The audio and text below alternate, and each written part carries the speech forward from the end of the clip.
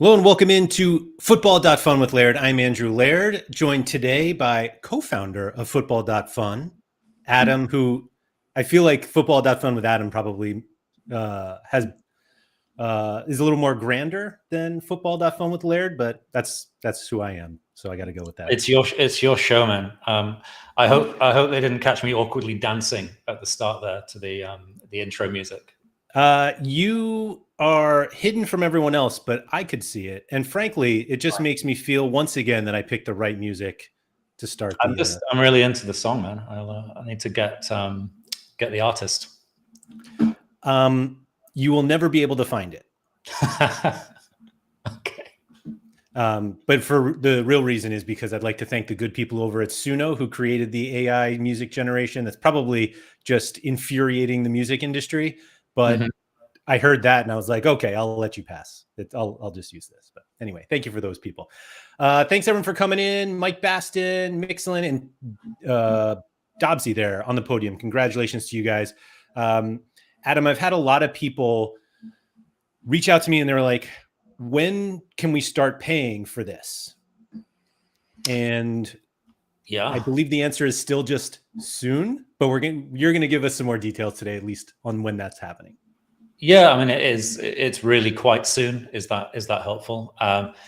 Towards end of month, and obviously, unlike most kind of Web3 projects, there is kind of a hard deadline for us, and that the Premier League is not going to wait for Football.Fun to be ready. So that's kind of like, as someone building a product, a blessing and a curse, because the whole team is completely galvanized just behind, hey, we have to ship before the new season.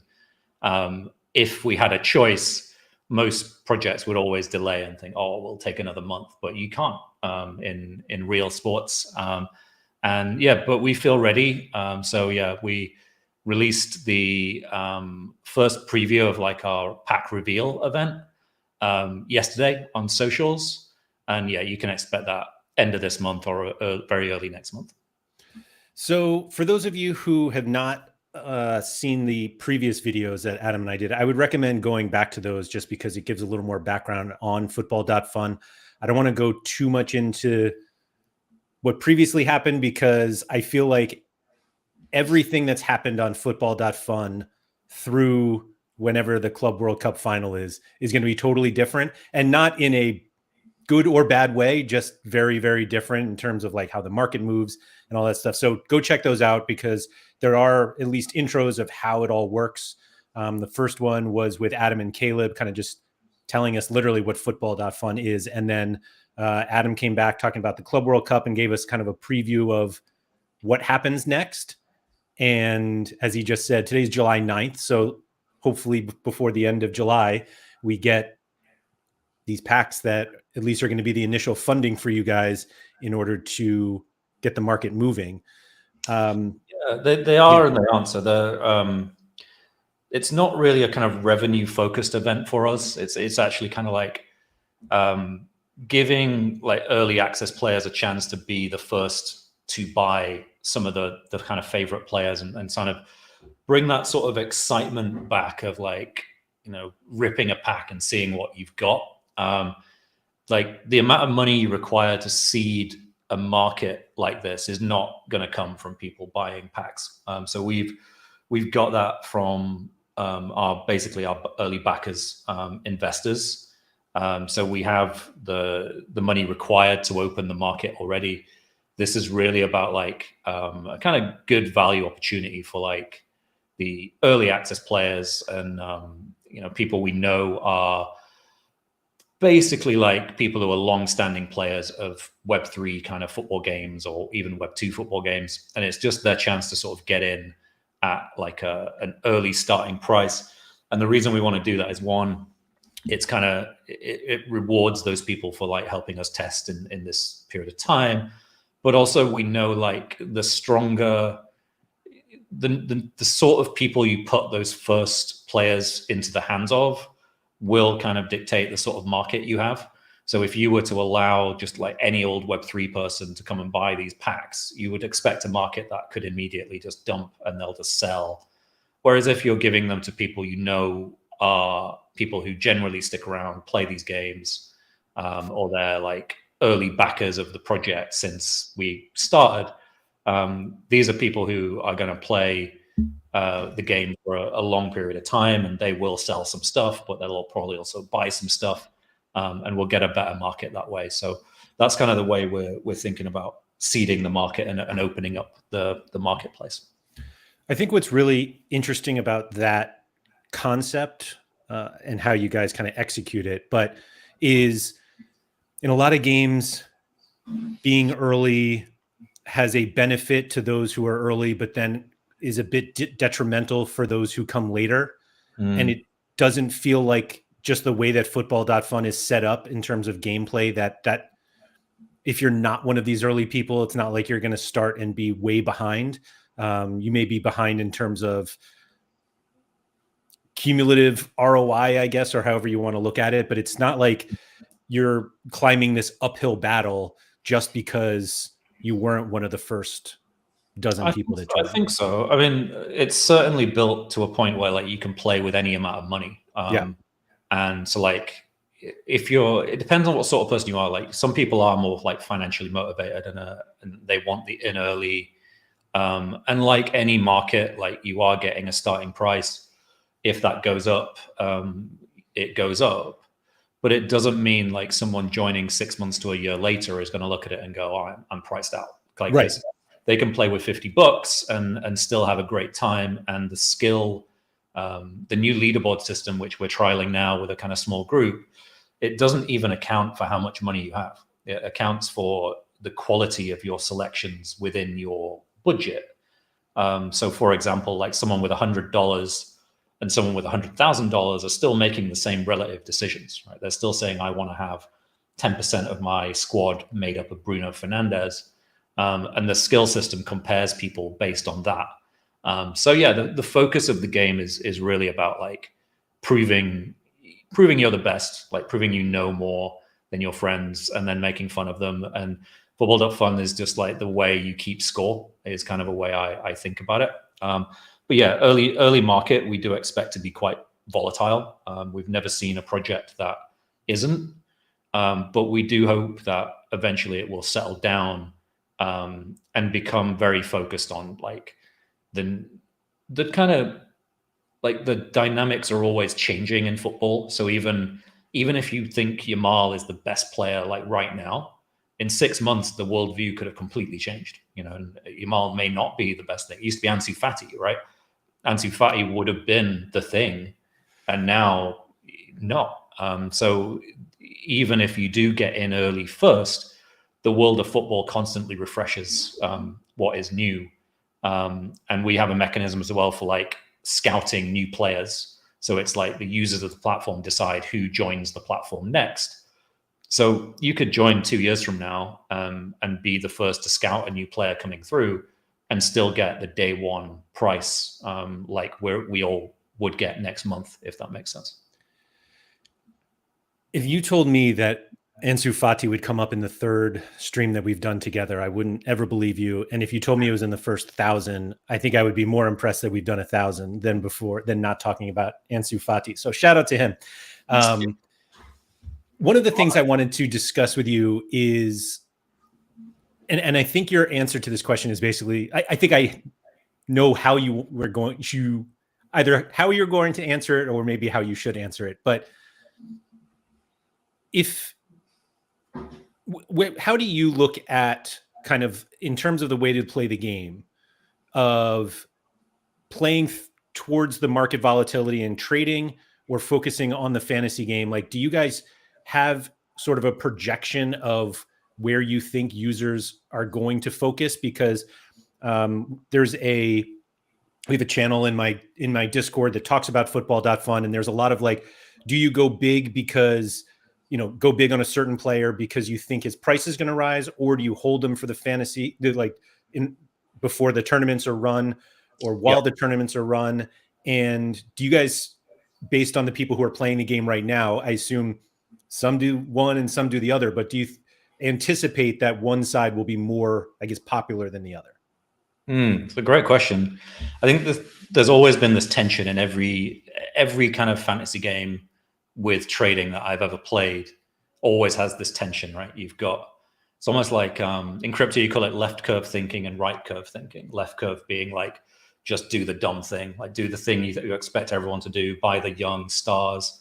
And right curve being do your research, find that like really obscure kind of player that is completely unfashionable, but you think is actually better than everyone else. And I always thought like if you can find one that kind of matches both, that would be a winner, because it's like if they're fashionable and they're good, that would be the player you would kind of want to go for. What we've tried to do with the scoring system is make sure that the players that are really good in real life should, in theory, also be the most valuable on the platform. So if you've got an accurate scoring system, then the best players will naturally win quite often, and therefore have the best underlying value in terms of like the actual rewards that you want. So in theory, over time, I would expect the players that are just the best in the world at the actual real life match to become the most valuable players on the platform. But you do have all this crazy from users who just have personal preferences. Like people, I, for example, spend way too much on Harry Maguire. I just find it amuses me. And when he wins, I get value out of that because I get to make fun of my friends who always rag on Maguire. So for me, that is value. And then we have lots of people who, like Americans, they love to buy Pulisic, even though he might not be one of the strongest, but that's their guy. He's our strongest. That's their guy. And annoyingly, when everyone was making fun of Pulisic, he then won. And so they were right, and they got satisfaction out of that. So, you know, what is value ultimately? I think if you think of it in terms of like who is the best player, it will broadly track to that. But you'll have all these other factors in between. And that's why I find these games quite interesting, actually. And it's, the one hand, it's like, are you good at the fantasy element? But you've also got to be kind of good at the psychology element of like knowing how other people will react to certain events and trying to predict that. And I enjoy that part of the game as well. Yeah, the one that kind of came to mind as we talked about that, and I don't know what side I like the most in terms of like, do I like I'm not like a active trader, I will say, like the way that I've played it. And the way that I played the Club World Cup was basically I went heavy on a few Real Madrid guys, like Arda Güler was one.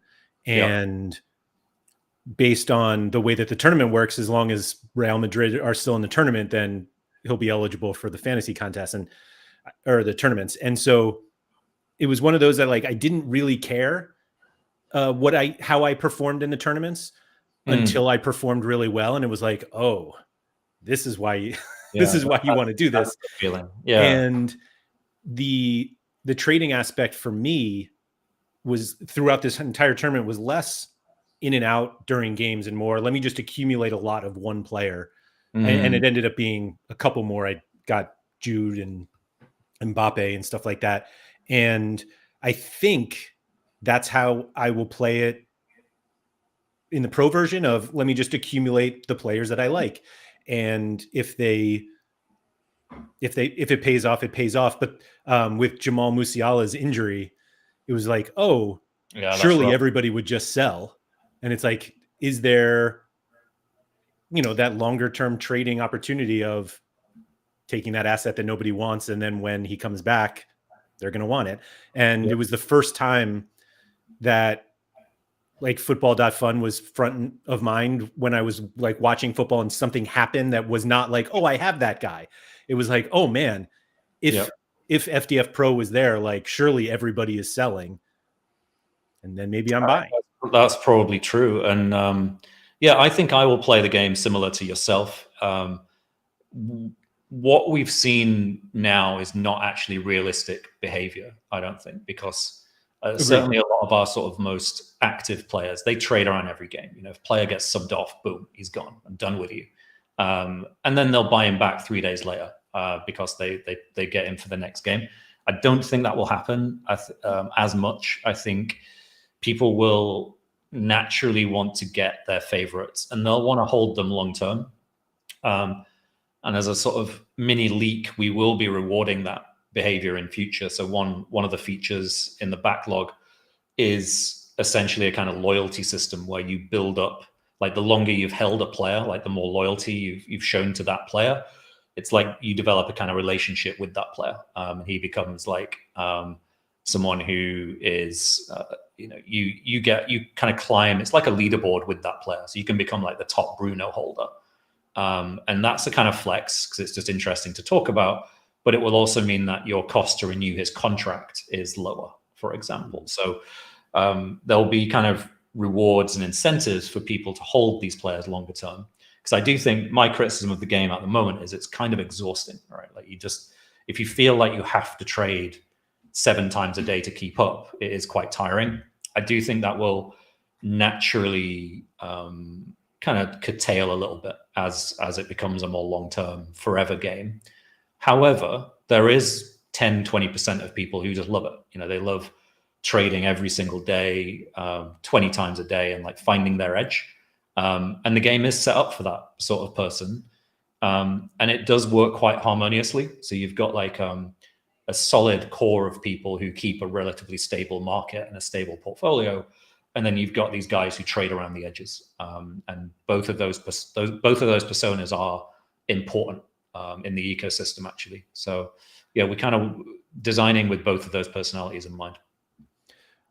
The sort of loyalty thing certainly perked my interest, because when I was early on, like accumulating Arda Güler shares, and I had tweeted about this a few times, but I think at one point I had like 12% of all the outstanding. And I was like, I wonder if I have the most or if I don't. And it led me to think, like, am I going to start getting competitive about this also? And the reason why I was, why I brought up the thing about like the fantasy element versus the kind of trading element is I found myself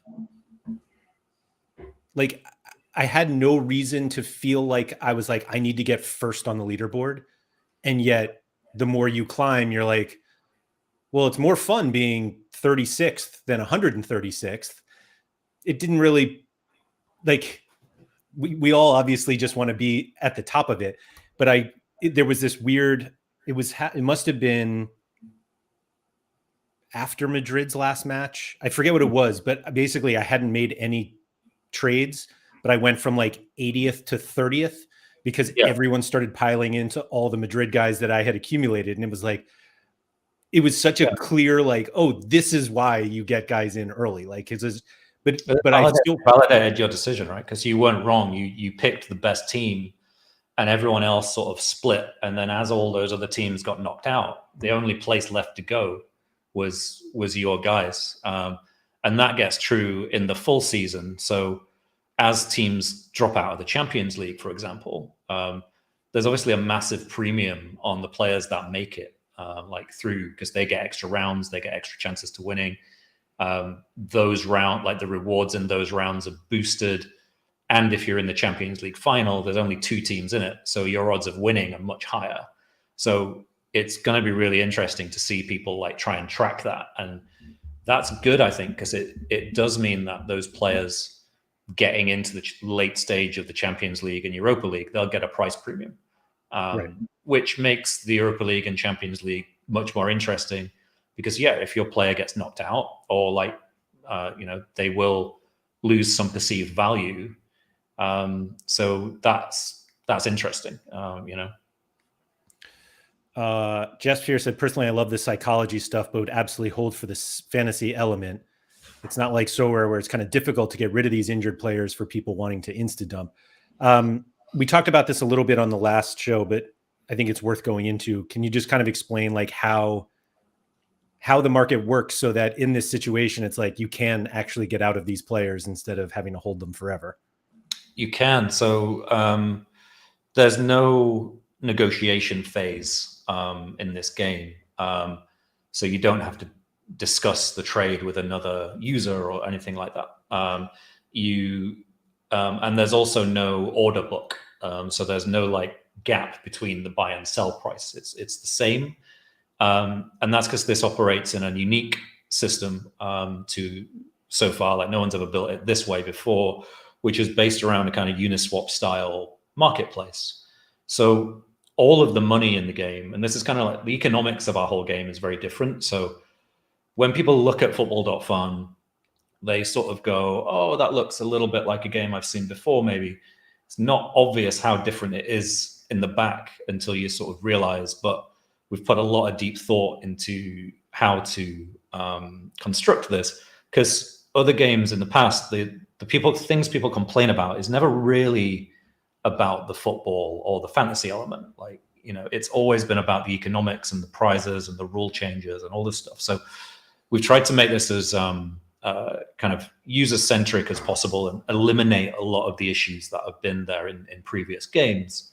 So all of this money that you are selling into, like that requires a pot of money. So if you want to sell your Musiala because he broke his leg, in a So Rare style game or something like Football Index of the past, sorry, not Football Index, Ultimate Champions I was thinking of, you would have to then try and offload your card to someone who doesn't want to buy because he's just broken his leg. So it's just not going to happen.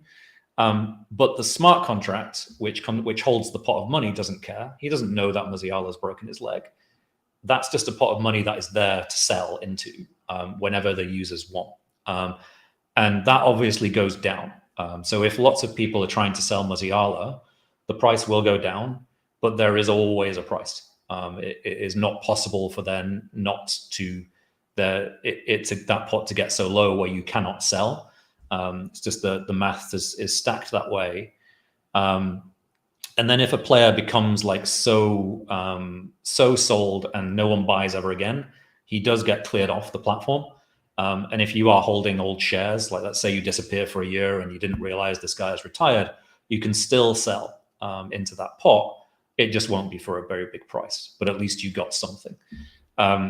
So the kind of interesting part here is there is no, like the company is not holding this money. Like I don't have the keys to that liquidity pot.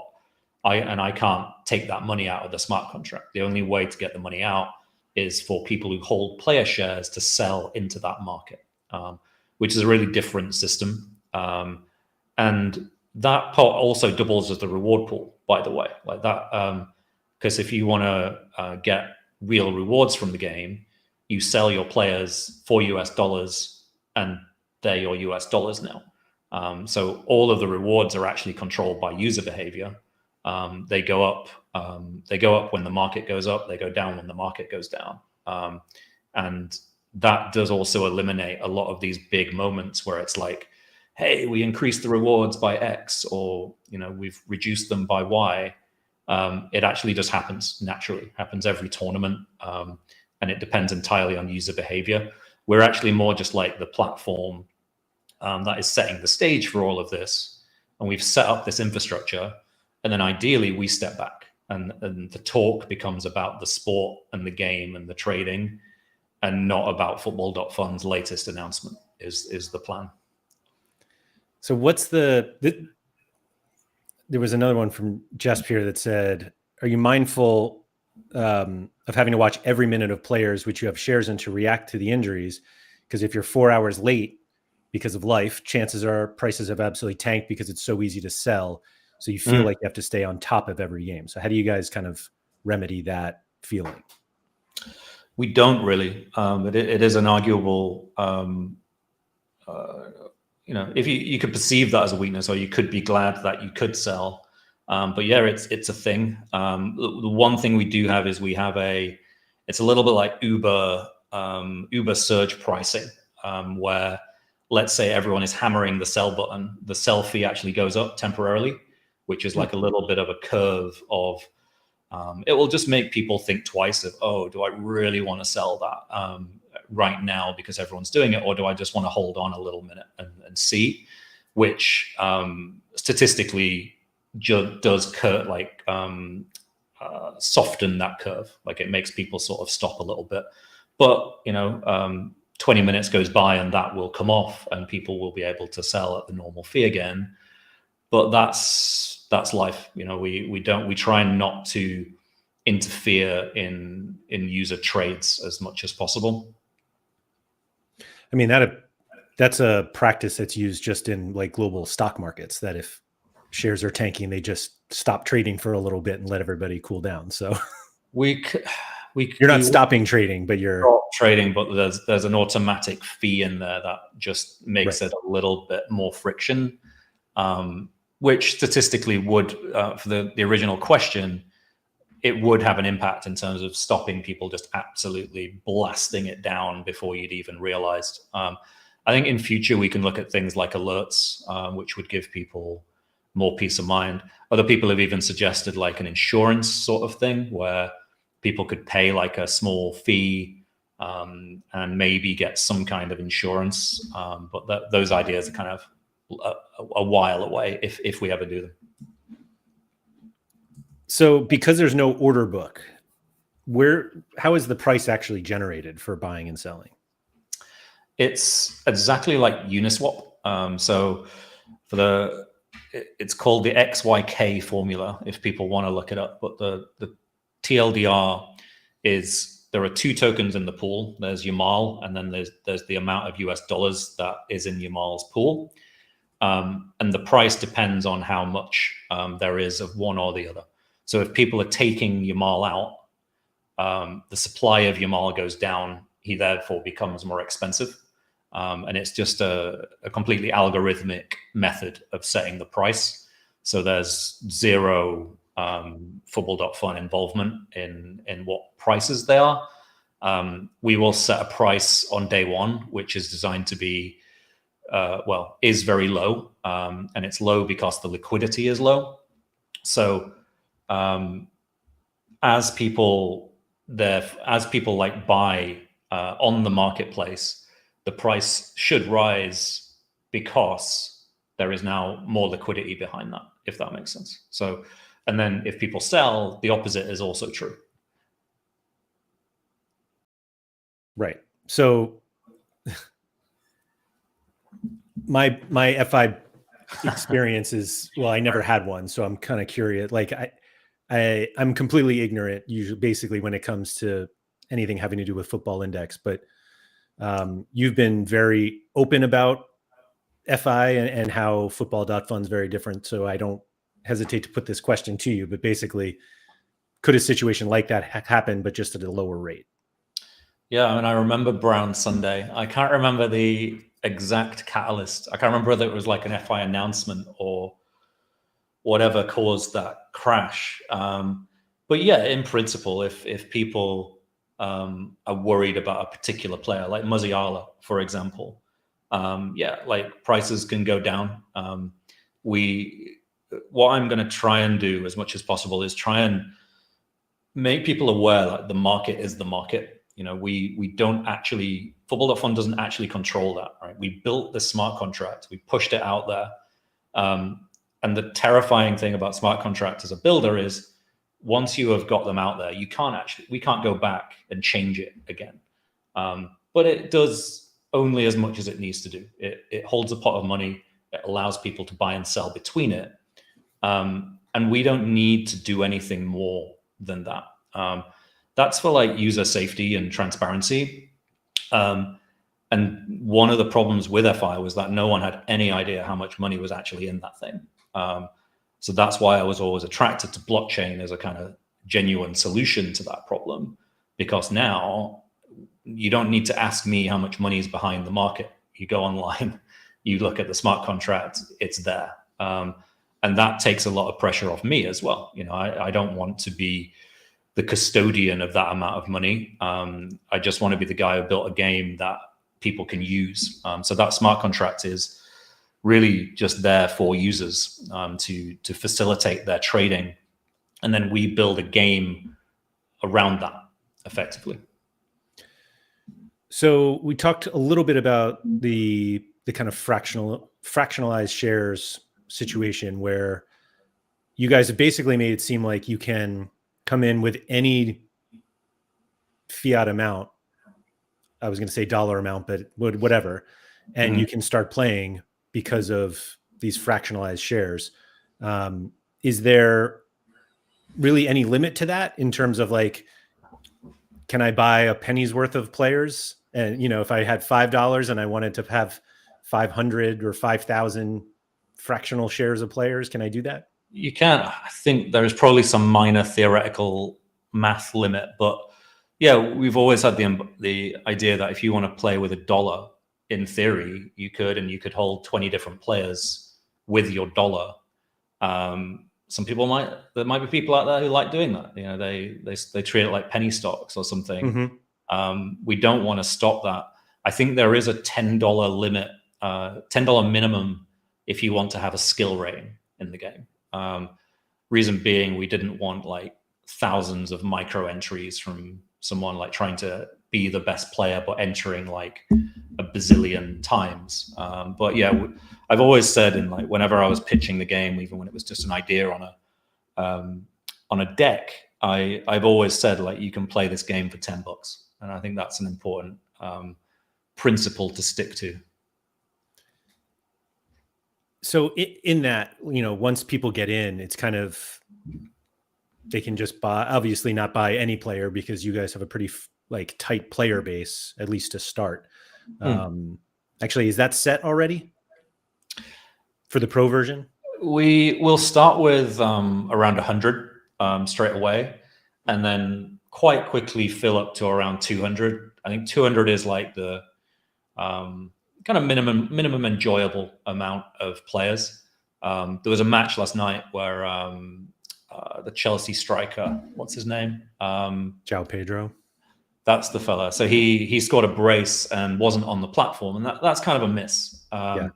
So we want to balance like having the key guys there, but at the same time, if you start getting to like 1,000 players, a lot of people kind of lose track. They're like, oh, I didn't know about that guy. He's like mid-table Bundesliga person. So there's kind of almost two games here, actually. One is the game you see now, which is like the top stars. And then what we're bringing out around about October, I guess, is what we call the scouting, where you can't directly buy them yet, but you will be able to basically identify the players that you think are going to make it and get their big move to a big club. And the reward for doing that is if you're correct and your guy does make it, you will get the early entry price as a reward for being like the first scouter of that player. So this is how we've tried to like make it really interesting to scout players, but also try and bridge that gap between often the players you want to scout aren't actually going to be that good for 2 or 3 years. There's just always been this disparity between the kind of young, exciting things people want to buy and the players that are actually the best right now. So like in here, you'll be able to do both. You've got your core squad, but you've got your scouting picks as well. So it allows you to demonstrate that, hey, I was first. I knew this guy was going to be good, which more than the money is most of what people care about. You know, it's not always just about the money. It is about usually two things. One is the money. The other is proving that you're right and that you do know. And I think those are the two key motivators behind this sort of game. I think you kind of run into a bit of a dilemma when you want it to offer the opportunities to scout players that not many people know, while also not building a platform where you have to know every single player in the world. And so it's a lot. And I think because we're doing 5 leagues as well, and we forget like I know So Rare does like even more, and a lot of people love that, or they become a specialist like in their own league. But for a lot of people, particularly if like you speak to people who are like FPL players or something like that, they're like, Bundesliga, I know nothing about this.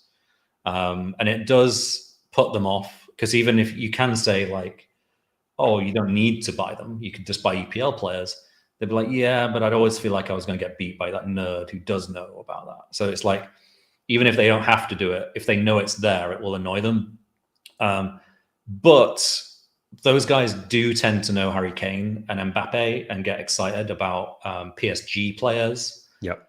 What they don't want to do is know about like the kind of mid-table and relegation battles in leagues they don't follow typically, but they do want to follow the Europa and the Champions League. So it is deliberately focused around that. That's not universally popular. I have had feedback from a lot of people who are like, no, we really want more. But I do think it's probably the right decision to have like a smaller elite group of players. That is the focus. It's better for liquidity as well in the market. It gives like deeper depth. It becomes a more mainstream suitable product eventually as well. And then the scouting is where we push the kind of enthusiast activity. You know, the guy, if you want to find the 15-year-old wonder kid at Ajax, that is where you do it.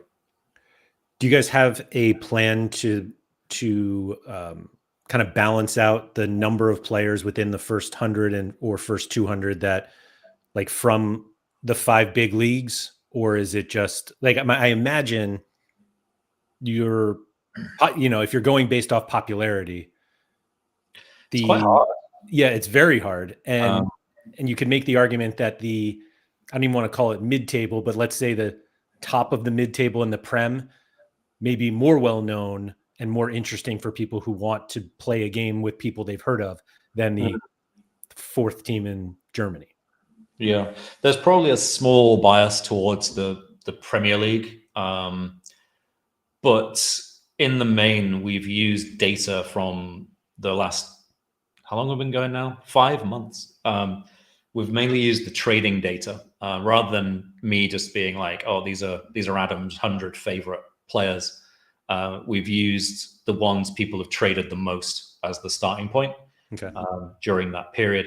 And then obviously factored in that there's a whole transfer window between now and then. So we will have to basically right up until we do the pack sale. And in the pack sale, you get each pack is $20 as like sort of starting price. You can buy multiple of them. And each pack gives 4 of the 100 at random. It's not quite as random, actually. You get 1 from the top, 2 from the middle, 1 from the kind of bottom based on like seeding, based on their previous performance data. So you'll always get like your top star in the pack. And then there's this whole cool like reveal experience where you open the pack and you get to see who you got. And that is a random from like the first 100 players on the platform. You get sort of an amount of shares in each. And then we will have to like right up until when we do that pack sale and decide who is in it, we'll have to be watching like the transfer news and seeing like who's going to start.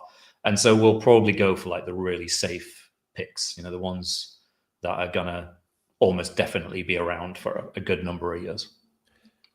What's funny is I was like listening to you describe the 4 players in the pack because I was going to ask about it, but you're like, and then 1 from the bottom, but we're talking about the bottom of like the top 100 players in the world. So it's not like you're going to open your pack. There's no bad picks. Right. There's literally, they wouldn't be included if they couldn't win. And every player will win on their day. I think probably the behavior we've seen is that people overestimate the Amals and the Doués in terms of like their ability, because winning is hard. Like there's even with 100 players, you're still your forward is still going up against 20 other forwards in a single tournament. So you'd often find situations where like a player who was like at the bottom of the transfer market, they would only have to win once and they would make as much as Yamal winning 15 times because people overestimate the safety of like going to that top players. So yeah, there aren't really any bad players, but I imagine like people will want to like try and accumulate the big names early. That's the behavior we've seen in the beta so far for sure. And that kind of, not that it ignores it, but it doesn't really even include the fact that you benefit significantly more if you have more shares of a player that not a lot of other people have or that don't even exist. That's right. That's kind of a whole game mechanic that we'll get into at some point. Yeah, and that's a really big difference actually, because it's not just about acquiring the best players. It's actually a game about finding the best value players when it really comes down to it. So it depends how you want to play. Like if you're a casual player, or you're like an infrequent trader, or you just like holding your favorites, like they'll do great because they're consistent. So if you want to get a Kimmich or a Bruno, like yeah, they'll be consistent, consistently up there. But they might not be the best value pick you can get. And you get these kind of different personality types who want to go for like all the safe picks or all the sort of punt picks. And most people are kind of somewhere in the middle. Like they'll have their core and then they'll experiment a little bit. And that's how I like to play. David's wondering what if there's a max number of packs that you can get when it comes out. Now, we should be clear. Well, actually, before we get into that, you guys determine who gets to buy packs? That's right. So we're doing this basically based on existing players of the game. So people have to have like a game account and ideally have been playing for a reasonable period of time. Doesn't have to be forever, but like play a tournament or two. And then they will get the ability to buy some packs. For people who are kind of been playing since the start or have been like done particularly well, or we know that they are like a long-standing big fat like super fan of these games, they will get given a higher limit. So this is to basically seed the market with like super fans effectively, because we also get a lot of bots, like people who are just Web3 is quite a cynical place, unfortunately. So as soon as we haven't even properly started our marketing yet, but when we do, you get the hordes descending. Like if they think there's money to be made, people will just turn up and who have no interest in football, and all they want to do is make a quick buck. So we will try and like make sure it's really hard for them to do that, and try and maximize the allocation to the fans who are going to help us create a more stable market over time. I'm not sure Web3 is what was the word that you used? Cynical. Yeah. I don't know if Web3 is more cynical or it just looks a little different than just any other web or real life. At least they're more honest about what they're trying to do. That's fair. Yeah. Is there going to be because I feel like somebody's bound to ask this and I'll just ask it myself. Is there going to be a pack marketplace? Meaning, can I sell packs that I get? No, you can sell the players once they're opened, but you can't sell the pack itself. That's fine. David here said, in FPL, you tend to find the one or two players who are not popular at all to begin with, but then turn into the budget star. Will we ever get Southampton's crazy assist machine if they appear on the radar? It's up to the users, basically. So the way the scouting system works is it's basically like a weekly face-off.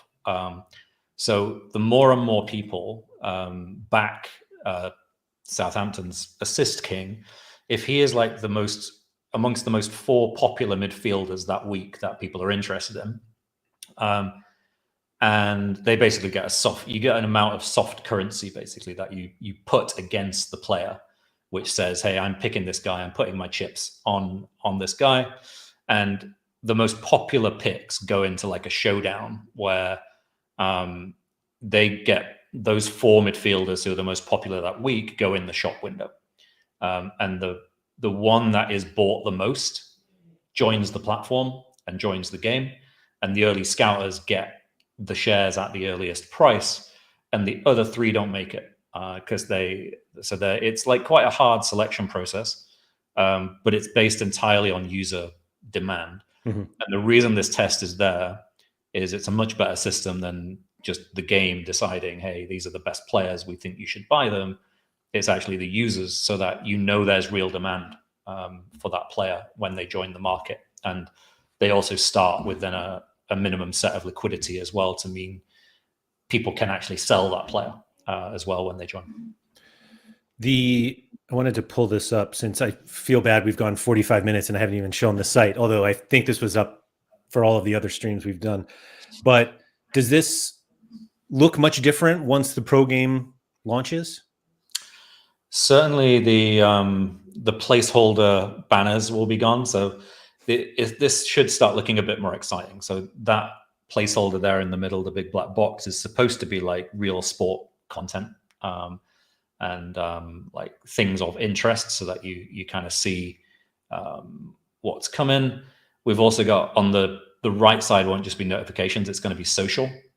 So if you've seen apps like Sleeper is a good example of like an app with good sort of social posting. So like not only like articles from community, but also like live chat, so people can discuss around the games. We've also got things like predicted lineups coming in. So we've upgraded our Opta package. So like 3 days before the game, you'll be able to see like who the predicted lineups are. So we're also trying to make it like not just a game, but also a place you would just come to get like really clean football information and content as well. Sure. So I think that's a kind of real lesson from, if you look at apps like the official Premier League app, people come back to that app every day, even off season, because it just becomes the place they look for like football stats. So we're going to be doing that as well. Makes sense. Are teams going to keep going? Yeah, I think teams will get more exciting. They didn't really hit what we thought they would do in beta, because it just, I don't know, it wasn't, I guess there just wasn't enough people around yet for like people to fill their teams with people that they knew, and not enough data as well. So in the next version, there will be, the leaderboard isn't actually by how much gold you have. Right. It's actually based on a skill rating, which is something no one's ever tried to do before in fantasy. This is like a sort of esports style ranking, or like chess style ranking of how good you are at picking players. So like it basically says, hey, you've got this amount of money.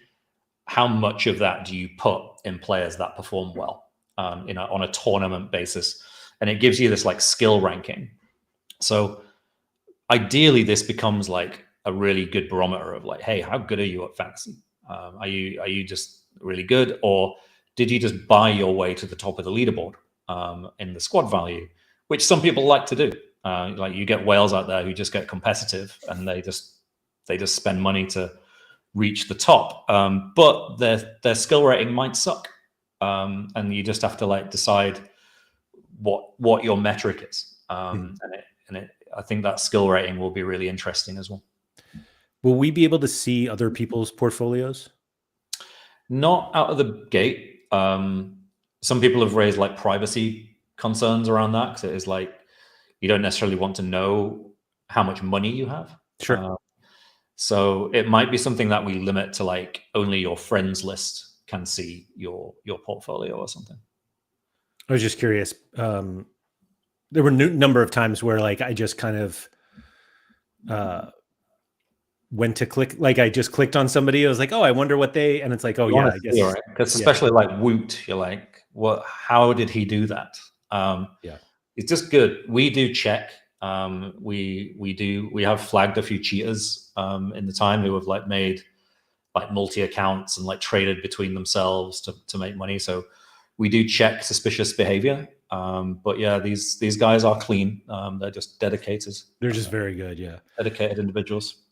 So is there a way to play Football.Fun Pro and free kind of like separately? Yeah, they'll just be different different website URLs, but you will be able to play both versions. Some people just like to play both. Some people might not be able to play the game in their region. So some regions have to be geo-blocked for like legal reasons.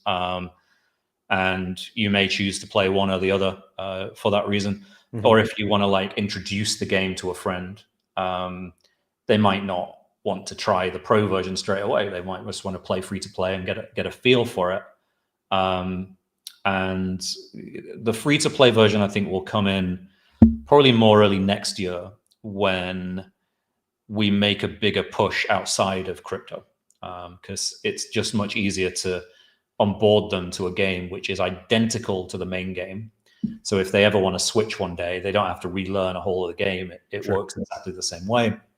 But also, you don't. If you want to introduce a friend to free to play, you don't have to have the crypto talk.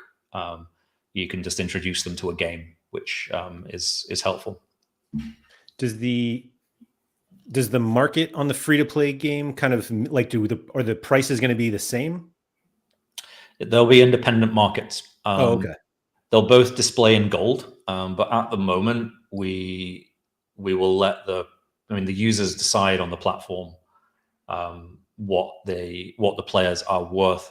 I'm a little nervous around that because I don't want the markets to look that different.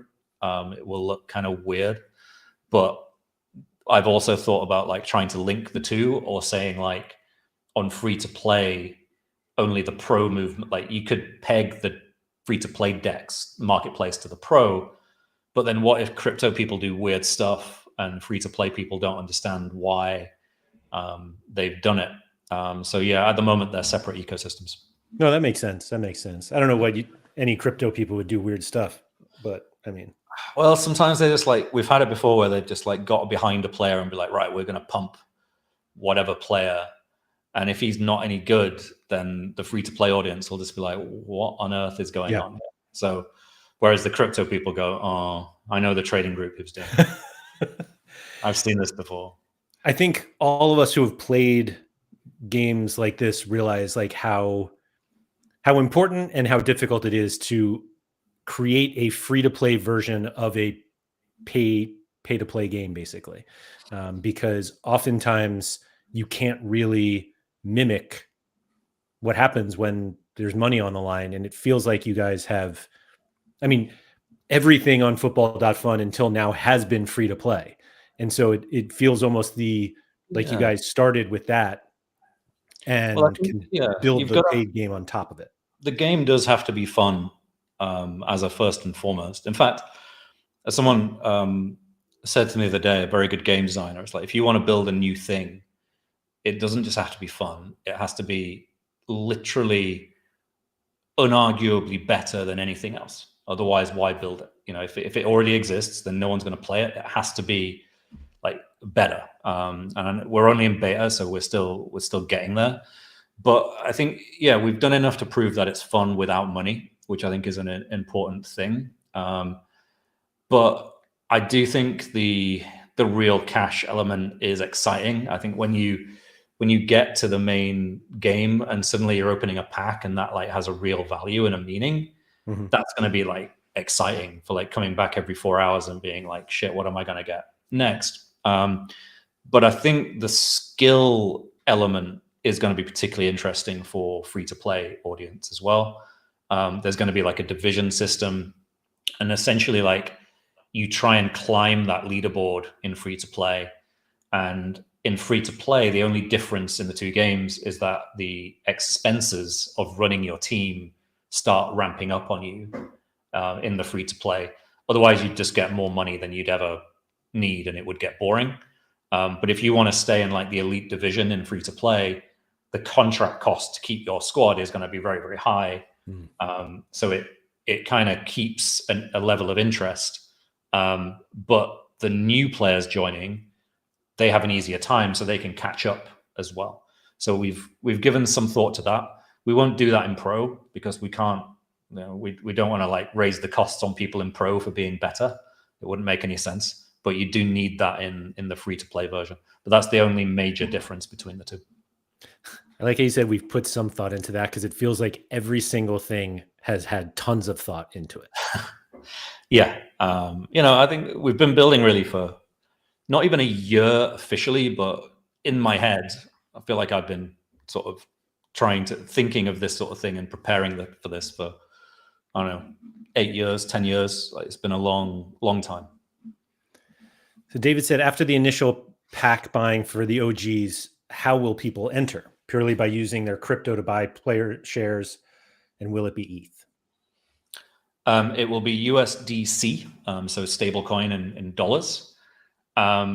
And yeah, we will probably never do a pack sale again. There may be a second one in August for the other 100 players that join. We haven't decided on that. But once we've got those first 200, there's probably never a reason to do a pack sale again. It then becomes about trading on the market. We have a very different model from something like So Rare, where they do like the annual sale of new cards. Our shares rather persist between seasons. There's no sort of phasing them out. Our fee comes from the 5% marketplace fee, and that's it. So we don't have an incentive to like keep selling people new cards. Our business model just doesn't work that way. So the idea is it becomes a user-centric market, right? Over time, the users get all the supply, and they trade between themselves on the smart contract market.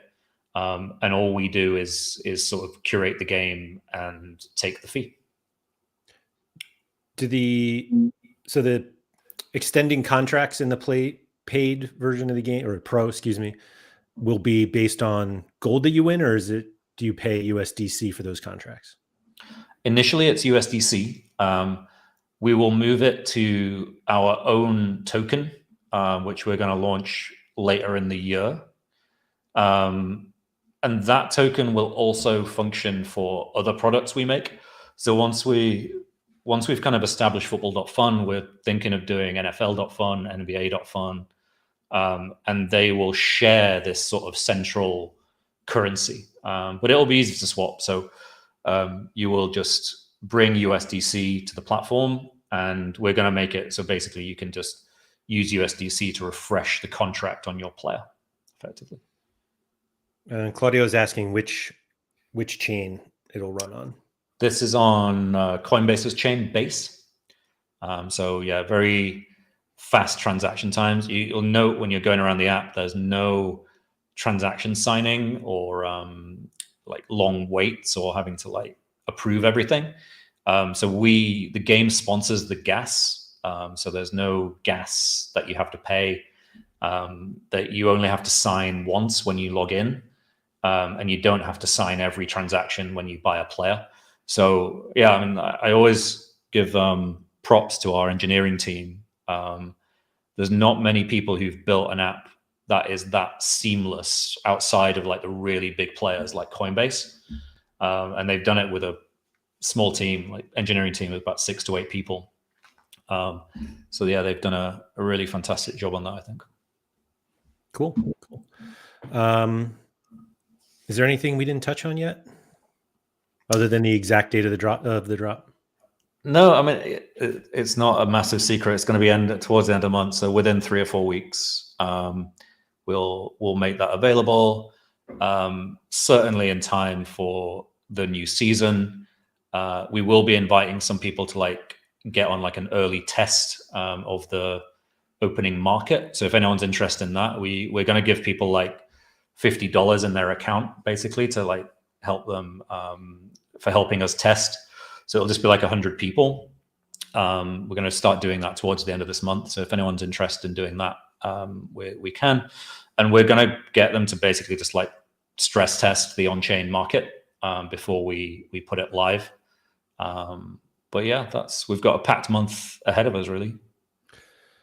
So what's the time frame between everybody being able to buy packs and and the market opening for trading? Short. So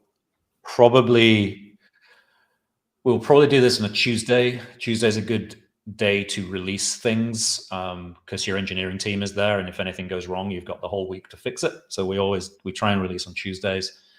So probably we will do but the sale, then the reveal experience 3 days later. So this is when you get like the pack opening thing and you reveal the squad that you got with some like cool stats around them. It's a little bit like it's built a bit like a Spotify recap. So you can like share like who you got and like and that kind of thing.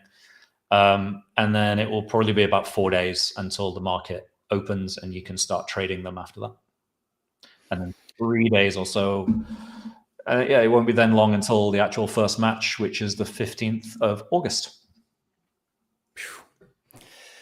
As somebody who makes content and knowing how much people love to watch other people open packs, I'm pretty excited about it. It is deliberate. I mean, it is our marketing guys like it is the highest performing viral content. People opening packs, Pokemon cards, like people love it, and they will watch it. So yeah, it is built for that, and it's built for that sort of sharing, social shareability essentially. People like to share. I don't know why, but people feel like they really won. They open a pack and they got something like big out of it. They really feel like they did something clever, and they just like to share it. It's cool. People like to think they're good at opening packs. That's all. Yeah.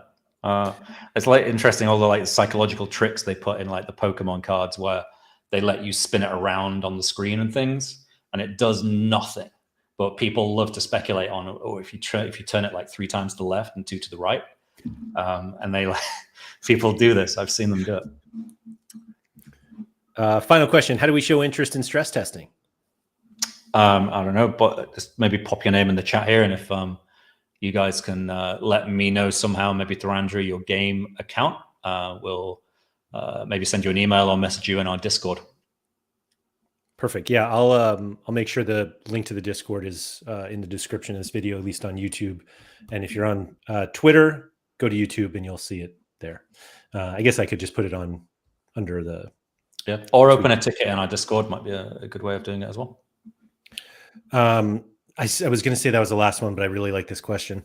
You mentioned marketing at the beginning. Do you have any expectation for how many people you want to capture after the market goes live? Are more people better, or is slower growth better? Great question. We're certainly going to try and make a big deal out of August. So we're going to really start our marketing campaign then. So we've got kind of content creators lined up to talk about us, but more of the genuine ones, like the guys who actually really like football games. And yeah, we'll be doing a big push around August, which coincides with like the launch of the marketplace. So yeah, we think that period could be quite exciting. Like start of a new season is always quite exciting. But you know, this is a game we want to last for 10 years. So it's not all on August. We've got very good backers. We're about to announce our fundraising round very soon. People will see that we are, you know, well-funded and backed by people that are very kind of well-known and have invested in a lot of successful projects. So yeah, this is something we're building with a 10-year view. But at the same time, we want our launch to be exciting. So we're definitely thinking about the marketing aspect of it as well. Congrats on that fundraising. Thank you. It actually happened a while ago, but traditionally you always announce it a little bit later, like at a time when you're trying to make some noise. Whereas previously we've kind of kept our heads down a bit and just been quite happy with our little beta periods and the sort of 2,500 monthly active users, which is quite good, given we haven't really done a lot of aggressive marketing. And the quality of those users is good as well. You know, they stick around, they're interested, they ask lots of questions. It's gone really well for us. No, that's all well deserved. I know how much of not fun money raising is, so it's I'm glad you guys got that behind you already. And but seriously, congrats, because that's always a big deal and gives some, you know, validation to what you guys have been working on, because it's obviously been a ton of work, and to be able to get that backing is great. Yeah, we're fortunate. I think a lot of people, this year's been a really tough year for fundraising in general. But yeah, we've bucked the trend, I think, by having an actual real product. So we funded like the early build ourselves, and a few friends really. And then once you're at that stage, the VCs look at it and go, okay, this is real. Like this is, there's not a lot of delivery risk here. We can see it's already fun, and they're excited. And I think the sort of market for this sort of product, like prediction, crypto, sports, there's a lot of people out there who they cross both of those things. You know, they like crypto, they like sports, they like marketplaces that are kind of dynamic and user driven. So yeah, they liked first of all, like the real focus on like crypto native people, and like being clear about your target audience and just trying to delight them. But also the potential for this to go kind of mainstream later. But we're not like betting the shop on that happening this year or next year. You can make a really strong product with 50 to 100,000 crypto users. So that's kind of our first port of call. Just delight that user base, give them what they want, and the rest will come in time, I think. I love we did something very unique. We actually built a product and then decided to go. It's crazy, right? And crypto is not that young anymore, but the amount of kind of dead projects or projects you think are real but are actually just zombies who haven't admitted they've kind of toppled over yet is insane. It's 98, 90, 95% of a lot of teams are they just don't have a real thing. Yeah, it's insane. But that is the world we live in. Certainly is. Well, Adam, thank you very much for taking all that time. Pleasure. Just helping all of us understand this pro version that will be out. 3 or 4 weeks. We'll be able to dive in fully. I'm looking forward to it big time. And there'll be more content coming out. I have a logo now. I have to do it. Football.Fun with Laird. So I'm in. So thank you to everybody for coming. If you have any other follow-up questions, feel free to drop them either in the comments of this video on Twitter, or like I said, you can join the Discord. It's open for everybody, and that'll be linked in the description. So thank you everybody for coming, and make sure you get outside.